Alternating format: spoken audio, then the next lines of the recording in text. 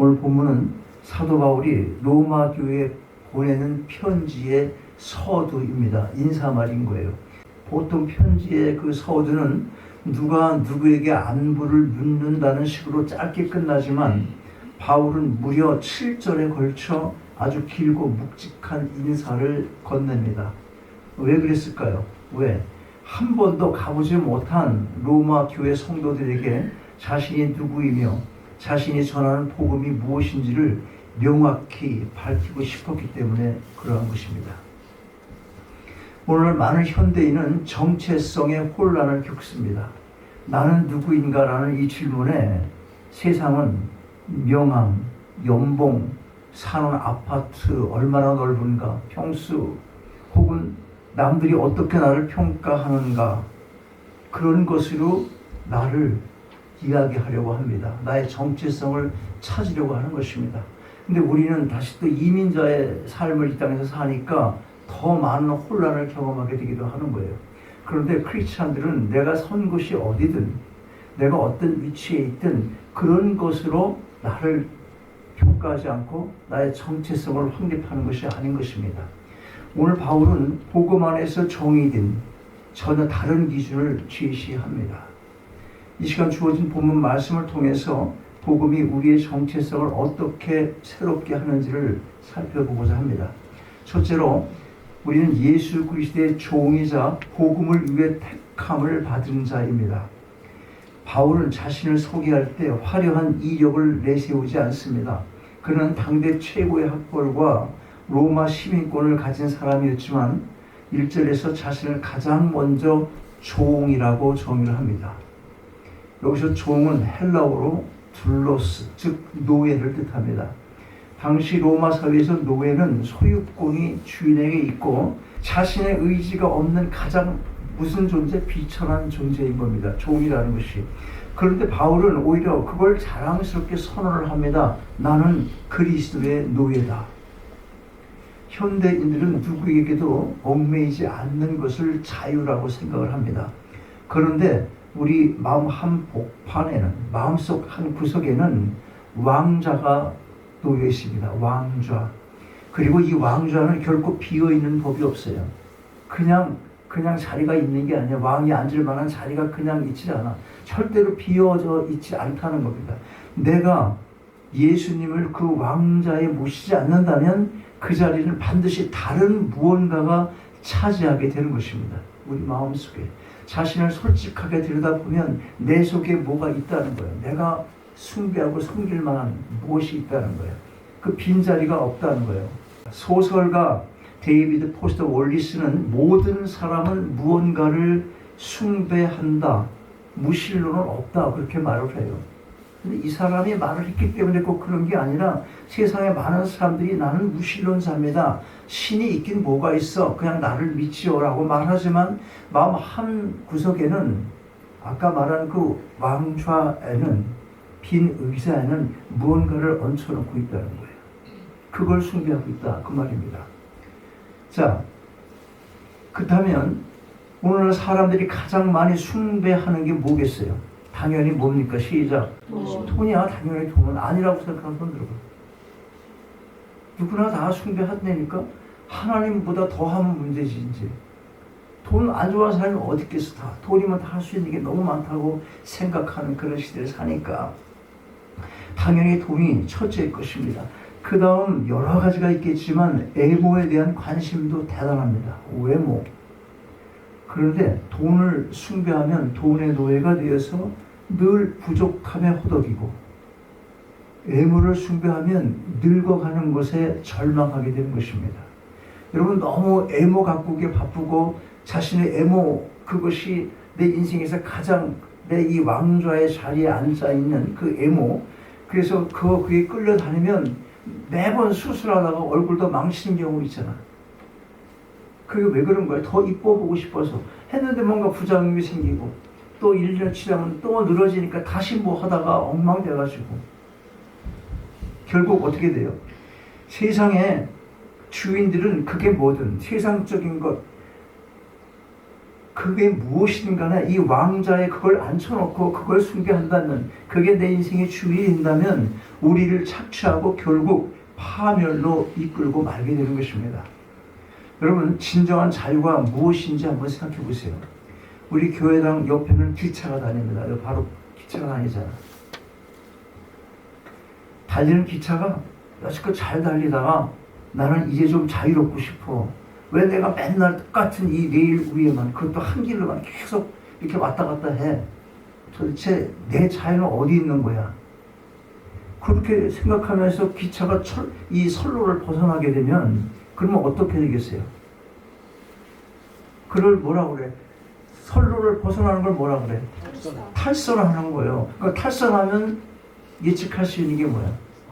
자유가 아니라 탈선이고 죽음인 것입니다. 기차는 무거운 강철 레일에 꽉 붙들려 있을 때 비로소 가장 빠르고 안전하게 달리는 자유를 얻게 되는 것입니다. 우리 영혼도 마찬가지입니다. 우리를 만드신 하나님이라는 레일 위에 우리가 놓여질 때 우리는 가장 나답고 자유로운 삶을 살 수 있게 되는 것입니다. 노벨 문학상을 받은 가수가 하나 있어요. 밥 딜런이라고. 밥 딜런 알죠? 옛날에 우리 많이 불렀어 노래. 그 어떤 노래에 있어. 그가 부른 노래가 많은데, 당신이 누구든 누군가를 섬겨야 해. 누군가를 섬겨야 된다는 거예요. 그것이 악마이든 하나님이든 이렇게. 아무리 너 혼자 살 수 있어, 나를 믿어, 그렇게 말을 하지만, 아까도 말했지만 신은 없다는 무신론의 그런 개념을 갖고 있다 하더라도 넌 반드시 누군가를 섬겨야 돼. 이 말은 너는 누군가를 섬길 수밖에 없어, 그런 말이에요. 하나님을 섬기든지 사탄을 섬기든지 모든 세상 사람이 다 그렇다는 거예요. 세상 사람들은 신은 없다고 말하지만 지금 주일 예배 오지 않고 세상 것 찾아가는 사람들은 다 누구의 노예야? 누구의 노예야? 사탄의 노예인 거예요. 오늘 종 얘기하는 거예요. 종은 자기 게 없다니까 사탄의 그날에서 그 사탄이 지시하는 대로 살게 되는 거예요. 바울은 세상의 헛된 우상이 아니라 죽은 자 가운데서 부활하여 하나님의 아들로 선포되는 가장 선하신 주인 예수 그리스도께 매인 종이 되기를 결단한 것입니다. 여러분의 주인은 누구입니까? 그리스도의 종이 되는 것이 우리 인생의 가장 큰 자유임을 믿으시기 바랍니다. 둘째로, 우리는 믿어 순종하게 하는 사명자입니다. 바울은 자신의 신분을 밝힌 후에 자신이 받은 사명을 설명합니다. 5절 보면 그는 은혜와 사도의 직분을 받아 모든 이방인 중에서 믿어 순종하게 하나니, 이렇게 말합니다. 여기서 믿어 순종하게 한다는 말은 아주 중요해요. 바울에게 믿음과 순종은 별개의 것이 아니었습니다. 참된 믿음은 반드시 삶의 순종으로 열매를 맺기 때문에 그런 것입니다. 바울은 이 사명을 위해 부름을 받았고 우리 역시 그 부르심의 자리에 함께 서 있습니다. 많은 성도가 사명이라고 말하면 목회자나 어떤 애국으로 타지로 먼 나라로 비행기 타고 배 타고 그렇게 떠나야만 선교사가 되는 것으로 생각을 합니다. 하지만 사명은 우리가 각자 서 있는 바로 그곳에서 시작되는 것입니다. 17세기 수도원에 브라더 로렌스 형제라는 사람이 있었어요. 약간 좀 신비주의자이긴 했지만 어쨌든 그래도 우리에게 많은 교훈을 줍니다. 그는 장애가 있고 배운 것이 없어가지고 평생 수도원 부엌에서 설거지를 하고 음식을 만드는 허드렛 일을 했어요. 하지만 그는 불평하지 않았습니다. 그는 나는 프라이팬에 계란 하나를 뒤집더라도, 프라이팬에 그 계란 이렇게 하나를 뒤집더라도 하나님을 사랑하는 마음으로 합니다. 일이 끝나면 바닥에 엎드려서 이 일을 하게 해주신 하나님께 경배를 합니다. 그에게 부엌은 예배당이었고 설거지는 거룩한 사역이었습니다. 훗날 수많은 사람이 그 부엌의 성자를 만나기 위해서 줄을 섰어요. 도대체 그 사람이 누구였어? 찾아오는 거예요. 닮고 싶어서. 여러분이 직장에서 쓰는 서류, 가정에서 닦는 그 바닥, 또 학교에서 치르는 시험, 다 이런 것들이 바로 하나님이 여러분에게 맡기신 사명의 현장인 것입니다. 학생은 공부 열심히 해서 시험 잘 보고 학교에서 가르치는 것 따라서 일상 살아가고 이런 것들이 성실하게 맡아서 하는 일들이 내게 주어진 일이다 하는 거예요. 하나님 믿으면 세상 거 다 포기하고 그냥 오직 성경만 읽고 하나님 일만 한다. 그거 착각이에요. 그렇게 살면 잘못하는 거예요.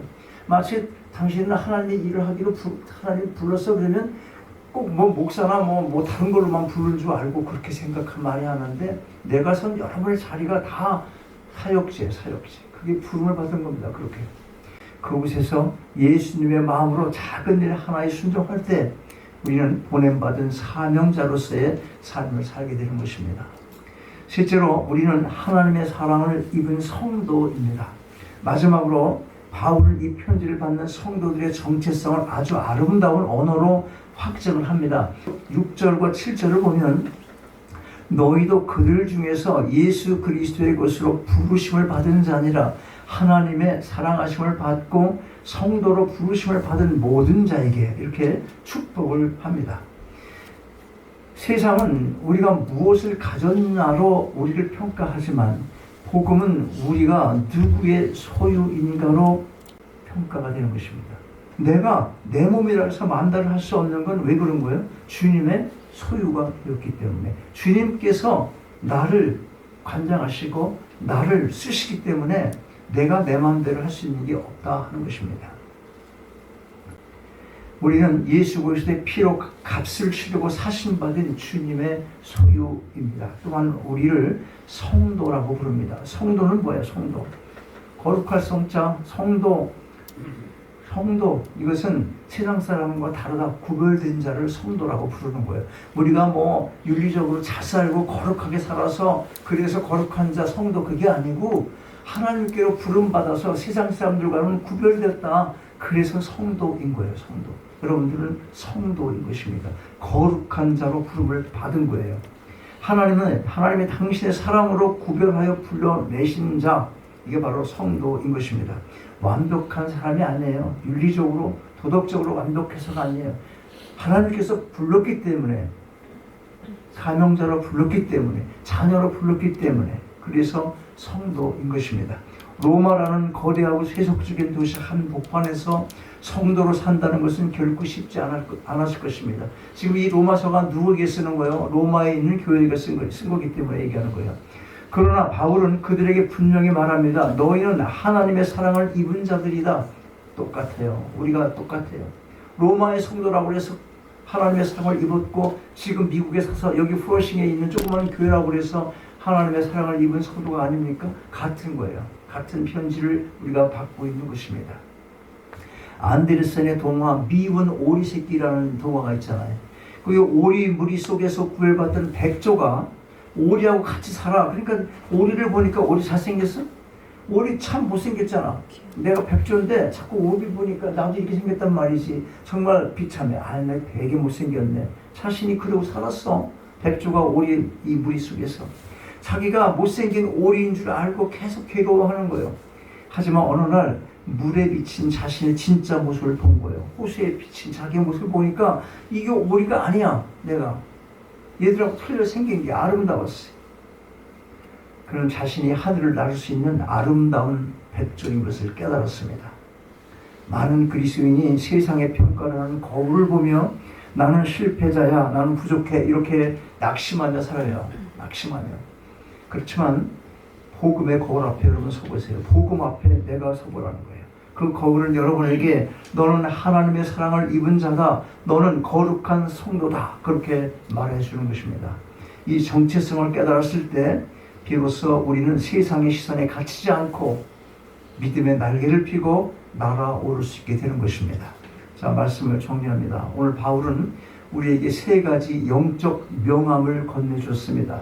우리는 세상의 노예가 아니라 예수 그리스도의 선로 위에 놓인 자유로운 종입니다. 또한 우리는 거창한 것이 아니라 일상의 삶의 자리에서 주님께 순종하는 사명자인 것입니다. 이 말이 무슨 말이에요? 하나님 말씀대로 따라 사는 삶을 사는 것, 그 사명자로 부르심을 받았다는 것입니다. 마지막으로 우리는 세상의 평가가 아니라 하나님의 사람으로 정의되는 거룩한 성도인 것입니다. 7절의 마지막 인사처럼 하나님 우리 아버지와 주 예수 그리스도로부터 오는 은혜와 평강 가운데 나는 하나님의 사랑을 받은 성도다라는 이 뜨거운 확신을 가지고 그곳이 어디이든 여러분이 서 있는 바로 그곳에서 당당하게 승리하시기를 주님의 이름으로 축원합니다. 아버지 하나님, 세상의 기준에 휘둘려 내가 누구인지 잊고 살았던 저희를 돌아보며 주신 말씀을 감사함으로 마음에 새깁니다. 우리가 그리스도의 종이며 사명자이고 무엇보다 하나님의 큰 사랑을 받은 성도임을 잊지 않게 하옵소서. 이 존귀한 정체성을 가슴에 품고 내가 서 있는 바로 그곳에서 하나님의 영광을 드러내며 살아가는 저희 모두가 다 되게 하옵소서. 주 예수 그리스도의 이름으로 기도하옵나이다. 아멘.